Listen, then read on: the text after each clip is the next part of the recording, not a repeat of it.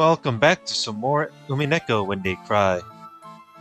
So, where we last left off, there's something very different within this part.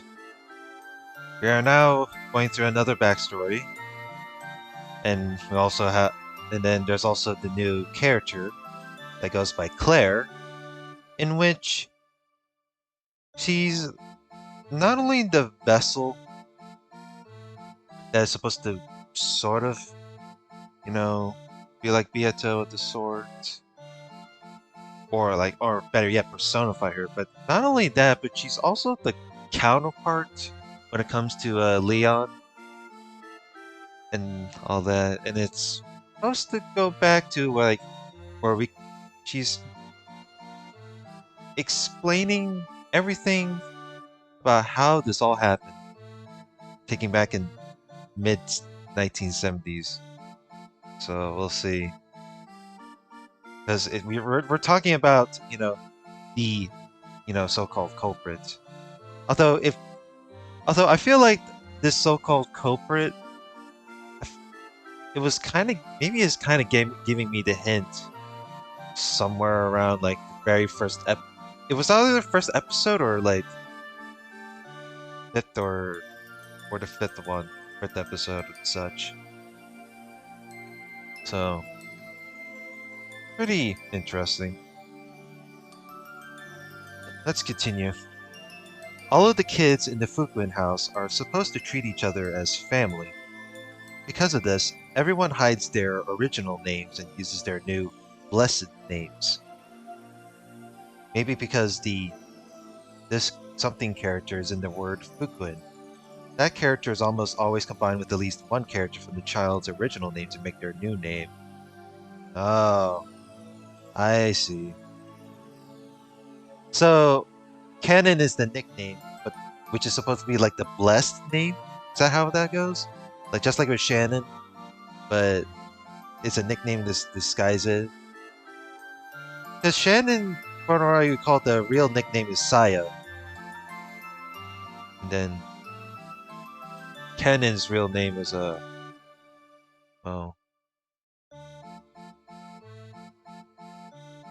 I don't. Yeah, I keep forgetting. I'm so stupid. It's Yoshia for Canon, but it's like, hmm. I feel those two real names are like something. It looked like it could be a hint for those two servants, but who knows? Anyway, still, just giving a person a new name doesn't mean they'll accept it so easily. Boys and girls who have lived in isolation and through various trials sometimes feel as though their real first and last names are a bond that's worth holding on to. So, most of the Fukuin children hate their names, calling each other by nicknames based on their original names. Of course, that's only done privately. When in the presence of the house director or other important people, only the blessed names are used. Oh, so the real names are, you know, within when it comes to the Fukuin house are said privately, but when when there's important people out there like the Ushiromiya family and all such, blessed names, yeah. On the job, the blessed names are used, and off the job, informal nicknames are used. Everyone's very used to living with two names like this, so they're all comfortable with how the system works. うわ、汗くせ。シャワー浴びてきなよ。つうか部屋狭いよね。お屋敷広すぎんのに量はけっちりすぎ。ねえ、ガラスさん。なんでヤスだけは三人部屋じゃないわけですか？ Oh, Yasu. By Yasu, quote unquote, they probably mean me. See, the term Yasu, I don't think I recall. I feel like it was supposed to be giving you a hint later on with Yasu, but if it's supposed to be Yasu being the culprit, then maybe that's supposed to be the cold hard truth to be referred to. Because I could have sworn it was given a hint for like episode one and maybe the other two episodes in the answer are so.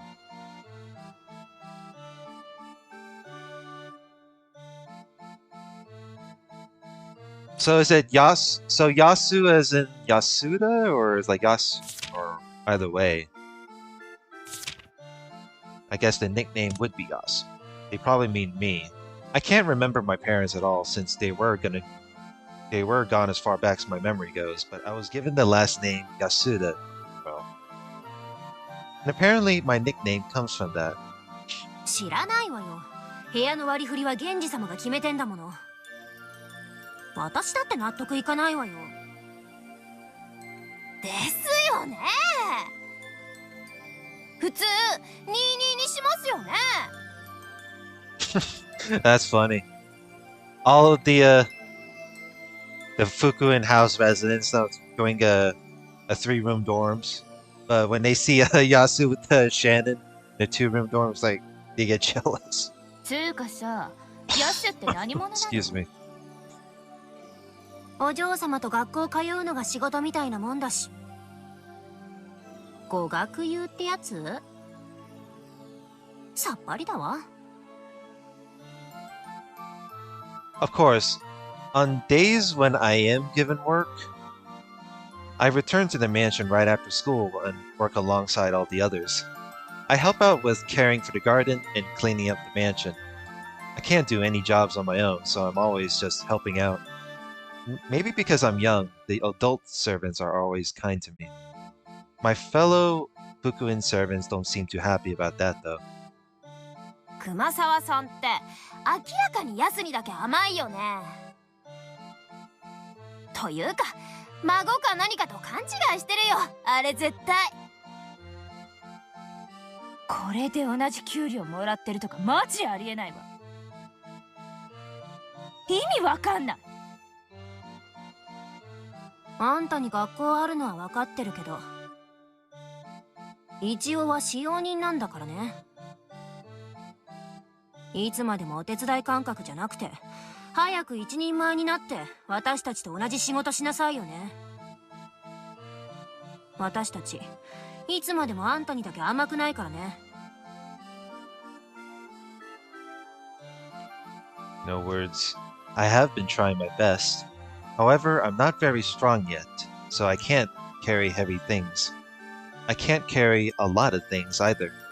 I can't fold clothes right, and I'm not good at using a dustpan. I just can't do it as well as everyone else. As my face turned red, I spotted Shannon, who was watching from the sidelines and not joining in. Shannon is my only ally. Unlike me, she can do everything well. However, she'll never pamper me. She'll show me how things are done, but she'll never steal my jobs from me. She really is incredible. It's one of those, like, Shannon is Yasu's senpai. I really want to be like Shannon as soon as I can. She never talks behind people's backs, and no one talks behind her back. She's kind and gets along with everyone. I want to be like her, and she's always kindly watching over my efforts to become like her.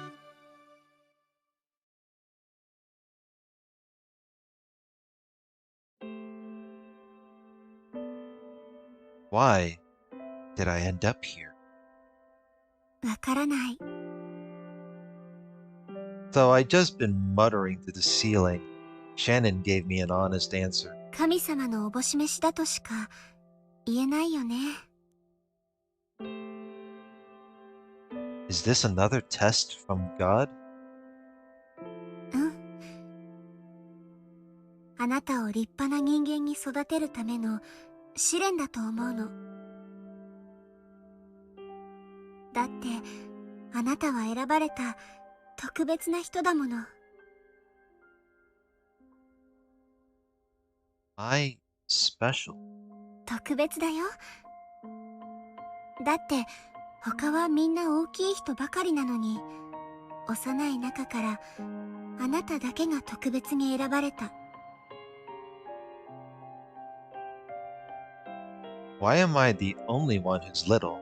I can't do any jobs by myself. Everyone complains that I'm just there to play with Milady.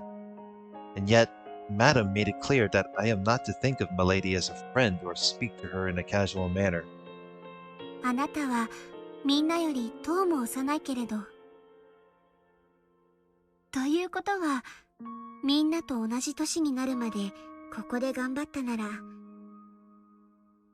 新しく来る人たちよりずっと仕事のできる人になっているということだよ。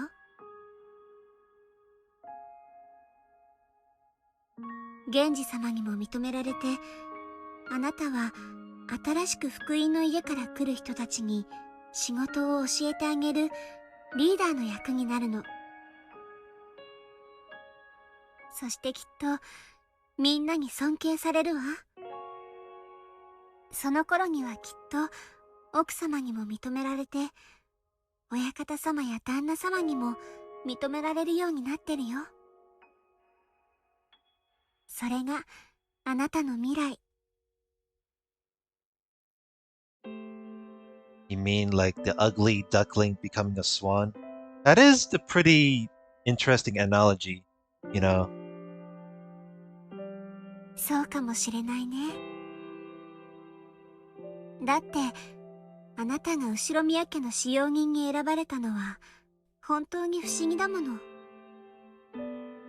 You know, all of these the ugly duckling becoming the swan analogy is actually pretty interesting for this dialogue because it reminds me of the K drama that I used to watch that is called Good Doctor that has that similar aspect. And then I'm pretty sure there are certain movies, that had that sort of the ugly becoming the duckling becoming the swan. So it's like, I guess that's how it goes, I guess that can go through for the same. I don't know if that can apply the same for Angie, but Angie is like pretty. It's one of those things. It's one person who doesn't want to be fit in with the rest. ひょっとすると本当にあなたは誰かが噂していたように後宮家の血筋を引く誰かの隠し子かもしれないね。The secret child, she said.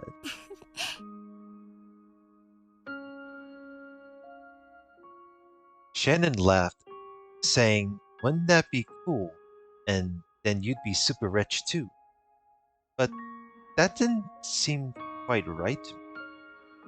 After all, if that was the case, why have I had to live all alone here in the Fukuin house? Shannon and people like the house director are the only ones who will play with me. I don't have any other friends to play with. And I've spent all my life by myself. Oh. I don't have any other friends to play with, and I've spent all my time by myself in my isolated room. Maybe it's because I'm frail. I always sleep a lot. But it has been lonely.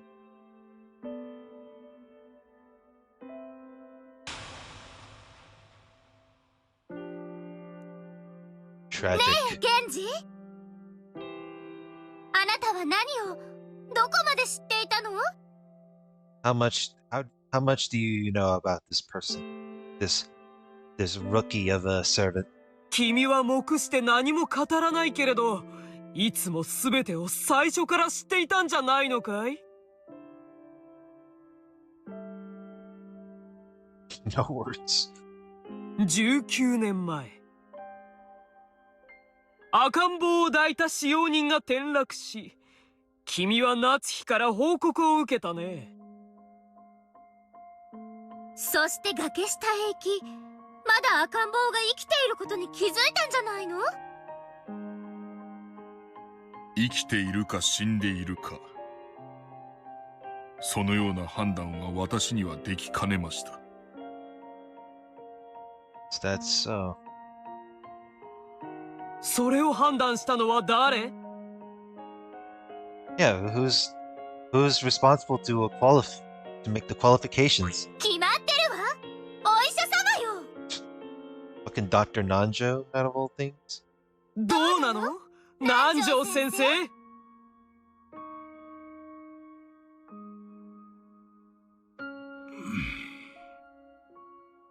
よろしいのですかな。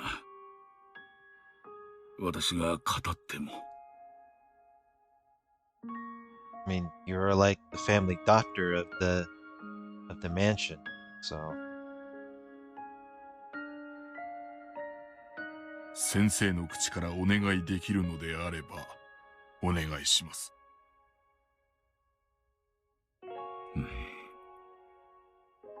わかりました。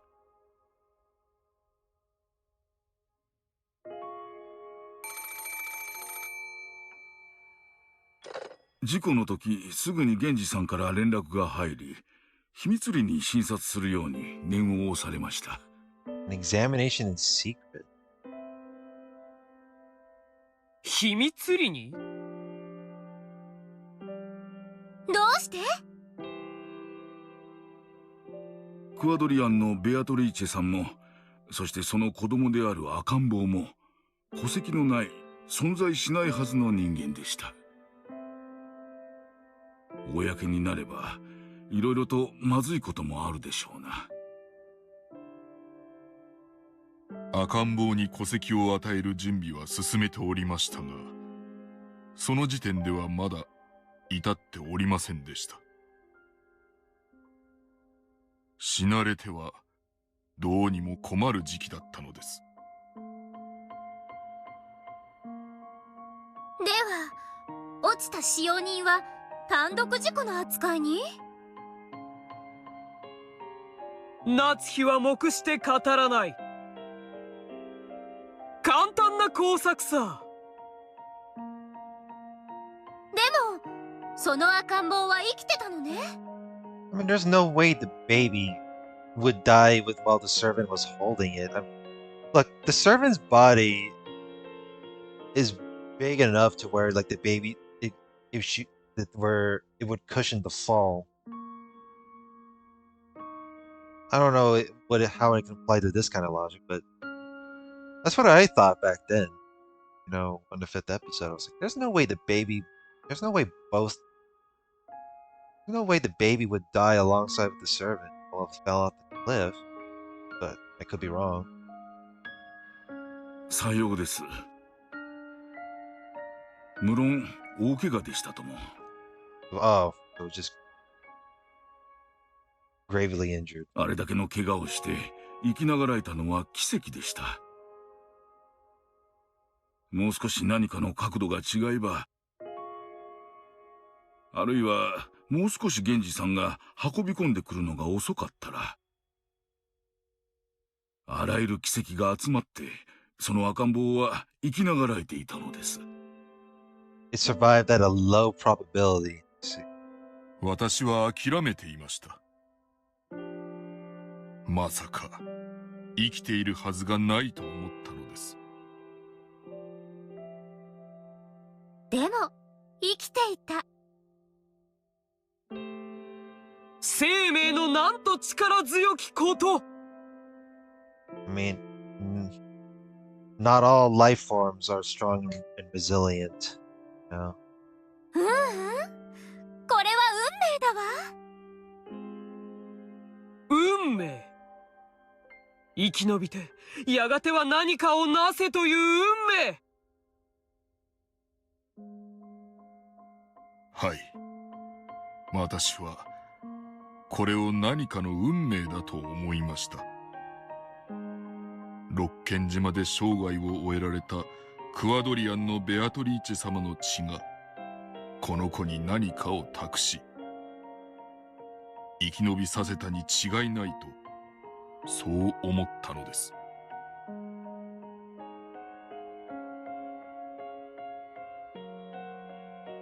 しかし源氏は赤ん坊が生きながらえたことを主人の金蔵には伝えなかった。不幸な事故で転落し死亡したと短く伝えた。金蔵は嘆き悲しんだが、その嘆きは悲しみよりも狂気に彩られたものだった。More one of madness than sorrow. おお、ベアトリーチェよ。なぜに再び我が元より逃げ去るのか。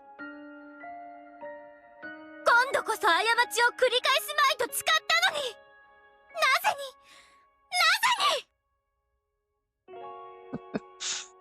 源氏は尊敬する主人のことをただ一つだけ信じていないことがあった。それはベアトリーチェの孫を果たして本当に家族として迎え入れられるのかである。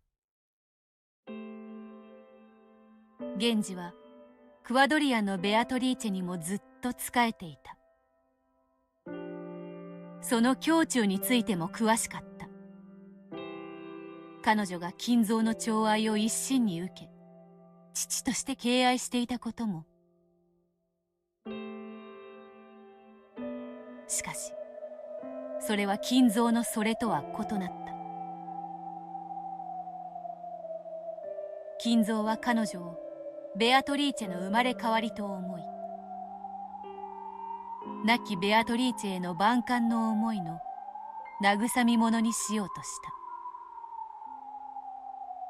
その思いをクワドリアンのベアトリーチェが受け入れきれるわけもない。彼女は父と思い尊敬してきた金蔵自らに純血を奪われることになるのである。自分は父と思ってたのに、向こうは妻と思ってた。それは両立できぬ禁じられた恋。金蔵様のお気持ちもわからぬわけではありません。金蔵様とて彼女が生まれた時から亡きベアトリーチェ様の面影を移して慰み者にしようなどと。You know, that's what I thought when it comes to the Beatrice that Hinzo met during the era of the war. And then when the Beatrice Castiglione that passed away and gave birth to the Beatrice that actually resembles her. And when Kinzo, that's weird. So Kinzo referred to her as the wife, but the daughter thought he was like her father. Wouldn't that be incestuous? I don't know if that's I don't know if that's a word to describe, but I don't know. 思っていたわけではありません。私もお酒を飲みながら聞かされたことはあります。私は笑い話と思って聞いておりましたが、育つほどに母に生き写しになる驚きを。年を重ねるごとに抑えられぬ禁じられた感情を。悲劇が繰り返されるのではないか。私はそう思いました。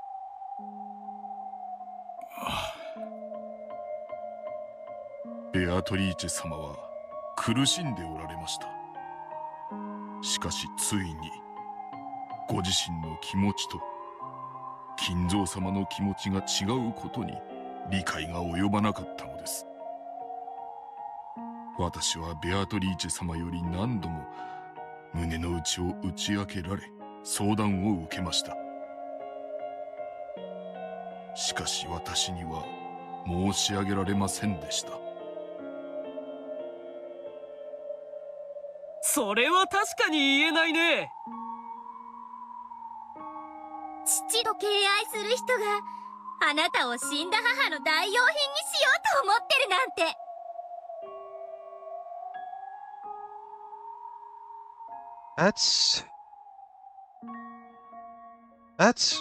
Is this that's very questionable to me at best.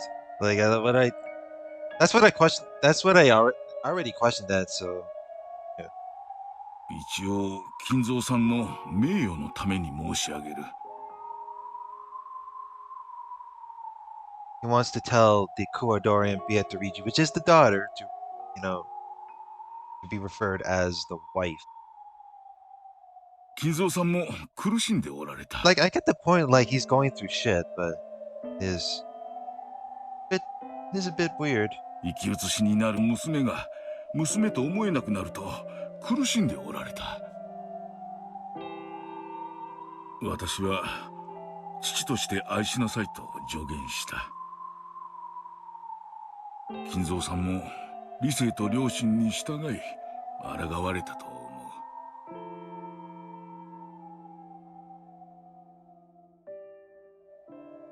金蔵は愛した。亡きベアトリーチェの忘れがたみである娘に愛情を注いだ。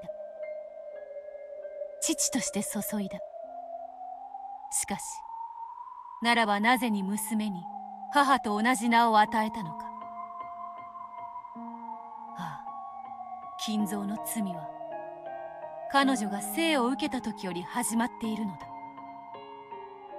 彼女を出産し、その引き換えのように死んだベアトリーチェ。その名をそのまま娘に与えた。I have not seen a single person in real life or on the internet that would refer to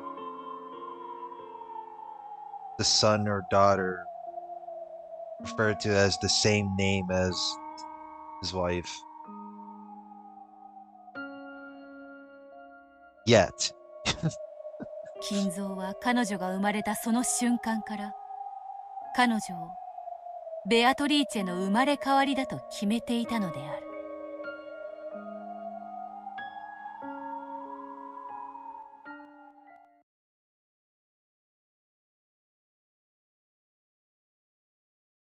つまりリオンとは、悲劇を犯した金蔵がその罪を悔い、後宮家に正しい形で迎え入れた存在ということだ。そういうことよ。他のかけらの話をするとお尻をつねられそうだけれど、リオンが迎え入れられながら再び金蔵が過ちを犯すかけらなんてのもあったりして、そのかけらも探してみる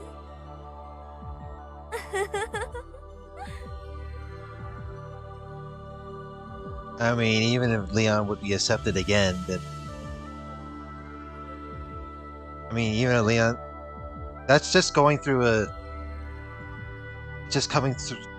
We're just coming around a full circle at this point. 見たくありません、そんなもの。人の人生のあらゆる場所に最悪の可能性や妄想を勝手に混ぜ込んで、その運命を嘲笑うのがあなたの仕事なんですか？残念なことに、こいつはそういう悪魔だ。Well, that's how the cookie crumbles, right? The burnt castle it was meant to be hateable. 魔女よ、失礼ね。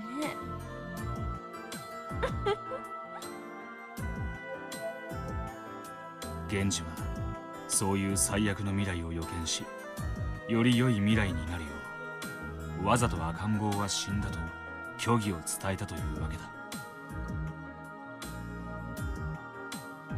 Oh.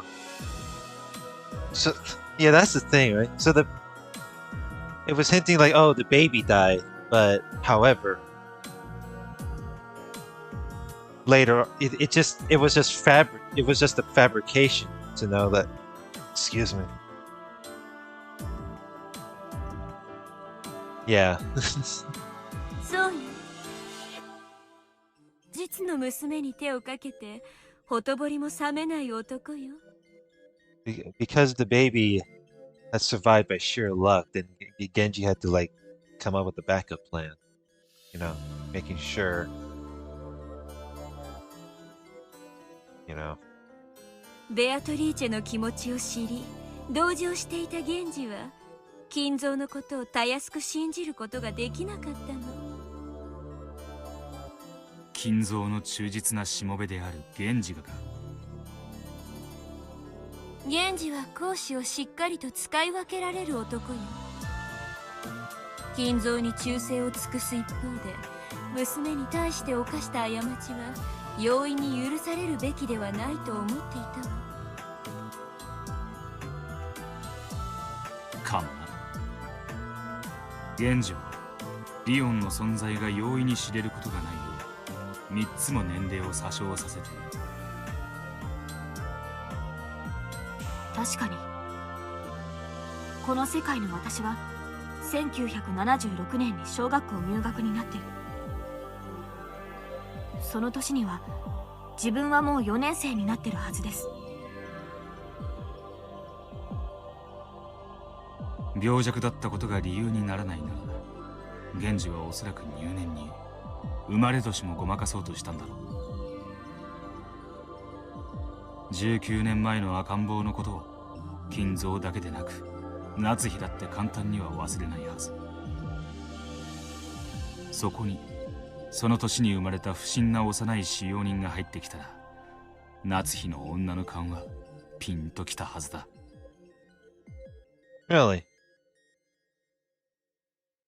So they gotta make sure, like, knowing that with the baby being alive, they gotta make sure, they have to like disguise,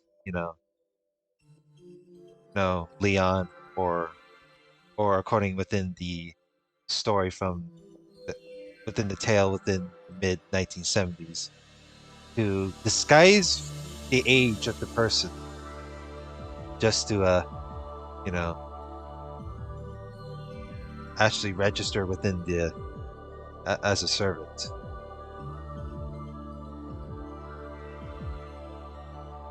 Fabricate the identity of the person. Had the child been too sick to go to school for 3 years? Or had the age been faked so that Natsuki wouldn't figure everything out? Well, that's two questions in mind. Who knows? Who knows if the child is like really, had some really bad, physical appearance, or like not physical appearance but physical health. いずれにせよ、この世界のお前は年を3つ少なく教えられているはずだ。Lowered by 3 in this world. ご名答。この世界のリオンは生まれつき年を3つごまかされてる。虚弱で小柄、発育不良だったしね。案外ごまかせたみたいだわ。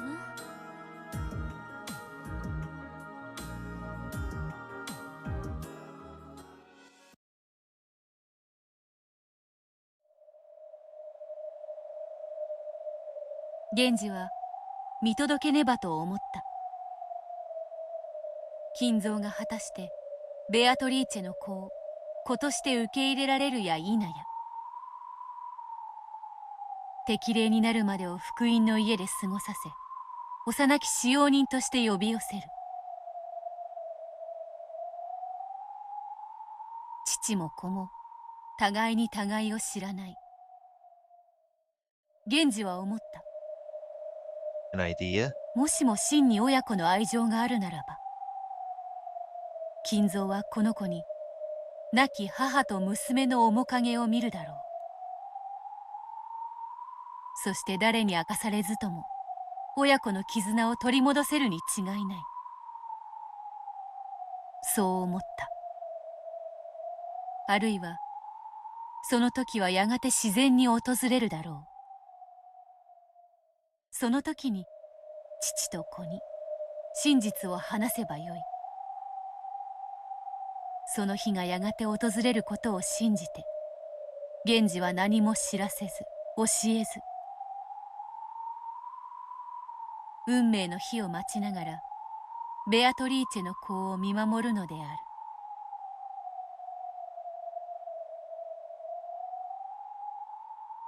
And time continued to pass. Days slid by as he quietly watched over Beatrice's child.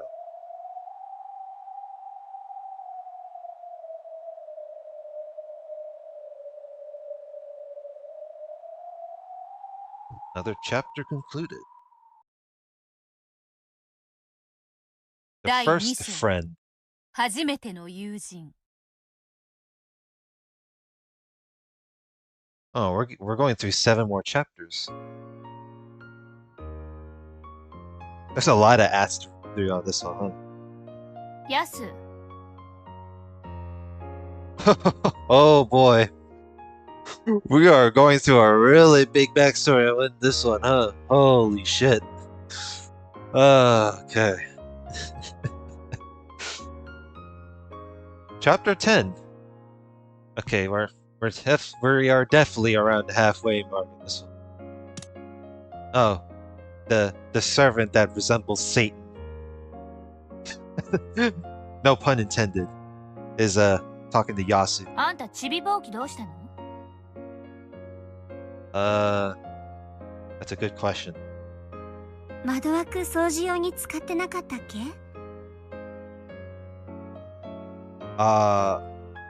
The small broom is a little thin broom that looks like a large paintbrush. We use it to clear out the dust in small corners, like window frames. It's one of the cleaning tools I was put in charge of. しっかりしなさいよ。あんたに任せたでしょ？ You know, the way the head tilts is pretty weird on Satan. 何やってんのよ、どんくさい。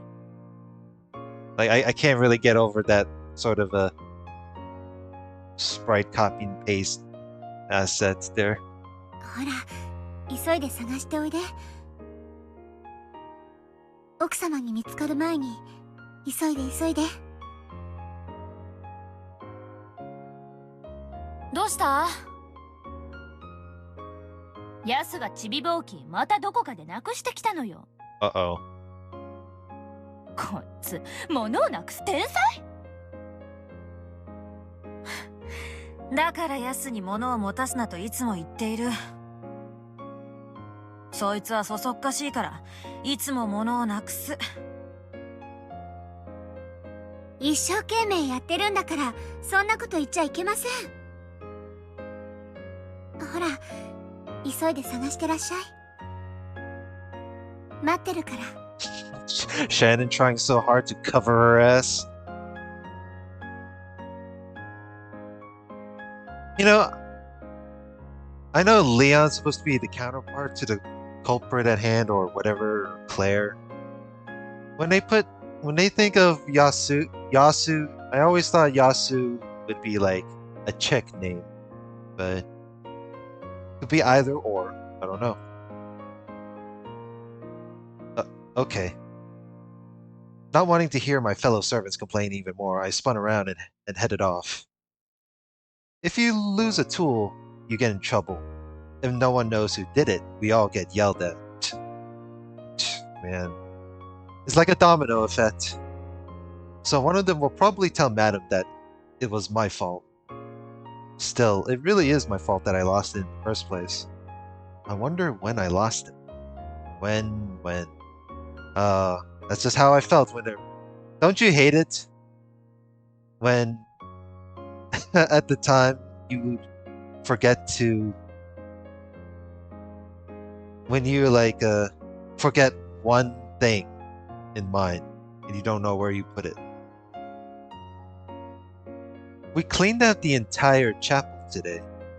The chapel is a large building behind the mansion. However, no one ever goes near it normally. Even so, we are ordered to clean it a few times each year. Kinzo calls it a sacred building, so Natsuki is very strict about it. We cleaned every little nook and cranny from top to bottom. It had taken all day. I had been in charge of cleaning the window frames, but I had also been given many smaller tasks. While those small jobs were keeping me busy, I completely forgot about the small broom, and I must have left it lying around somewhere. I began to hate myself for it. This isn't the first time this has happened. It happens all the time. Every time I set something down, it always disappears. It goes somewhere else.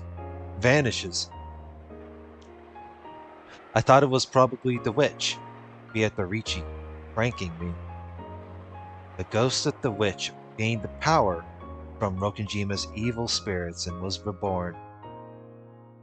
Oh, so Yaasu got told of the freaking ghost story. Until Kumasawa-san told me, I never knew the meaning of the shrine on the rocks by the sea.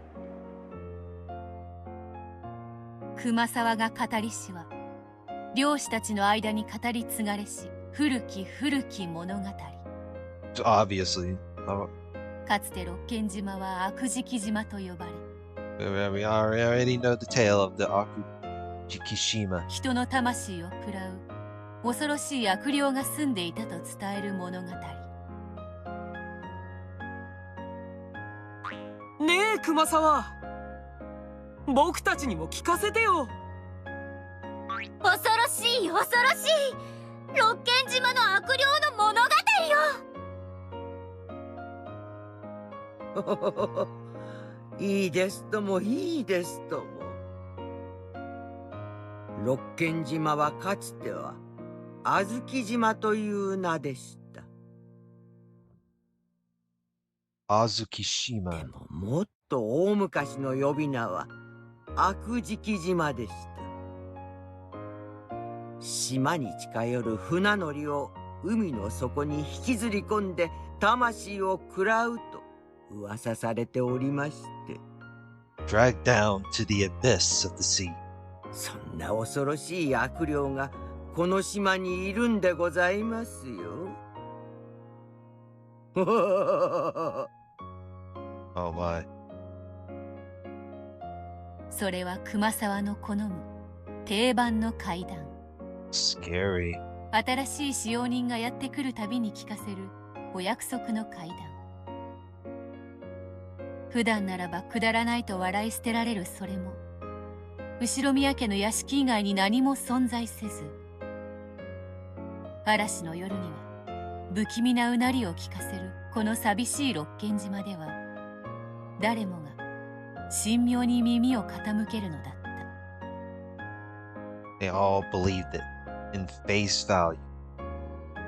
あの海岸の社は悪霊を封じ込めるためだったのね。親方様も薄気味悪いオカルト趣味をお持ちだし、お屋敷も薄気味悪くて何かが潜んでそう。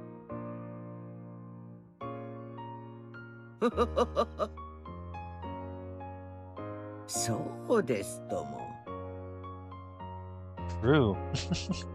旅の修験者がようやく抑え込むのが精一杯。かろうじて封じ込められてはいますが、今も夜な夜な犠牲者を求めて夜の屋敷を徘徊しているのですよ。Searching for. They just cherry pick a victim. Okay. Good lord. 親方様の書斎見た？見たわ。まるで悪魔の実験室だわ。A demon laboratory. Okay, I guess, you know, how Kinzo behaves is compared to a mad scientist, but that's more or less debatable. It's not like he's conducting chemical 親 experiments. 方様は悪魔の研究をしているって噂だよ。I mean, demonology is a thing, but I don't know about conducting. I don't know how it's compared to like conducting a mad chemical experiment. 死んだ愛人ベアトリーチェを蘇らせる研究だって言ってたわ。その魔法の実験の生贄に子供たちを呼び寄せてるんじゃないかって。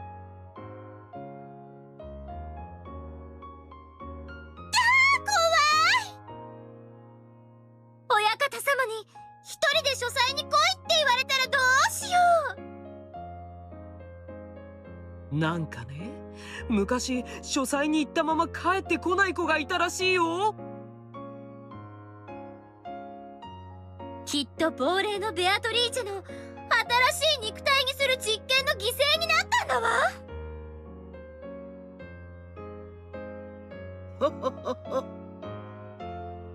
そうですとも。ベアトリーチェ様が肉体を求め、亡霊となってさまよっておられるのです。2階の貴賓室はベアトリーチェ様の住みか。お部屋を掃除するときはくれぐれも礼を失することはあってはなりませんよ。さもないと。What happens?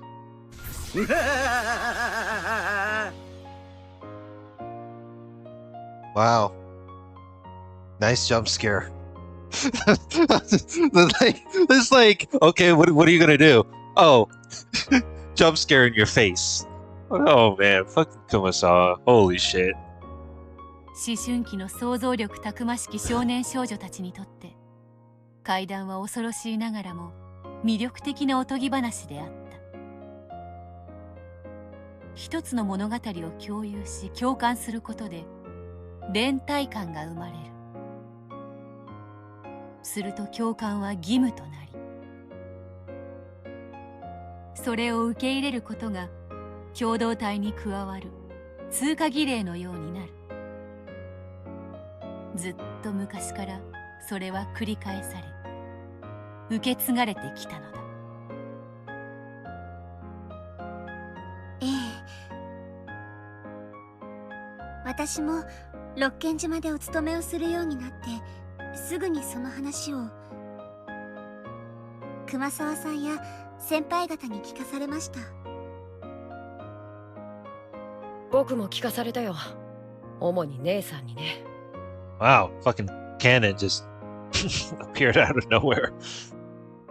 私も聞かされましたとも。主に熊沢さんでした。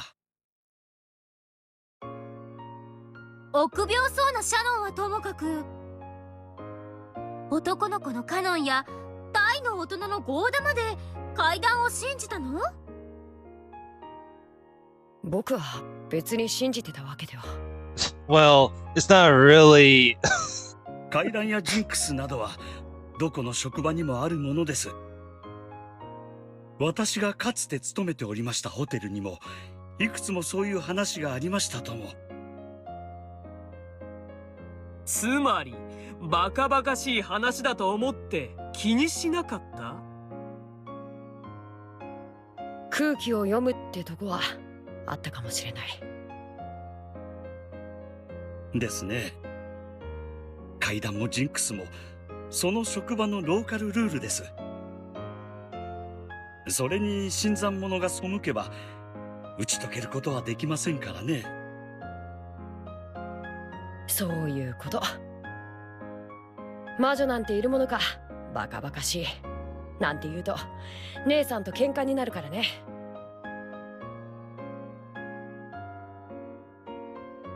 上辺だけでも合わせた方が楽だったし。You know, pretend, just go along with it and pretend that, you know, you would agree. And もうそんな気持ちじゃバチが当たるよ。大怪我をした人もいたらしいんだから。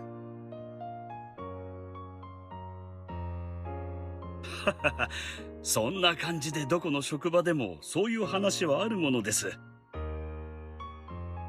職場の怪談と会社創業者のとんでも武勇伝はどんなに突拍子がなくても受け入れて信じる。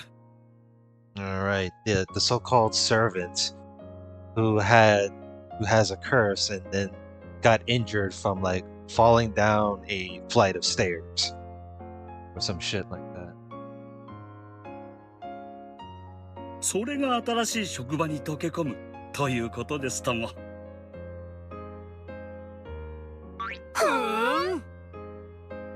みんな大人だね。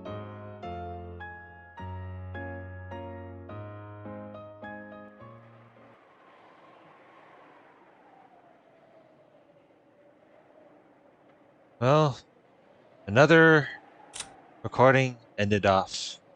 We're around 50 minutes in. The first friend. So, what did we learn on this one? It is called the Tale of Yasuda. Well, it's Yasu. I'm not sure if it's like. Well, Shannon's real name was Sayo, and then the one that's getting the backstory explained in Tales Yasu's perspective. Would it be like Sayo Yasu, or could it be a different name with the Yasu? Hmm. Who knows? But if anything, it's another typical slice of life thing when it comes to Yasu, it seems. But then, like, when it comes to working as the servant for the Ushiromiya family. So, next part. Well, let's see if this person will be able to find the broom that has been lost, so they won't get scolded later on. So, like, comment, subscribe, and I will see you guys later. Have a good one.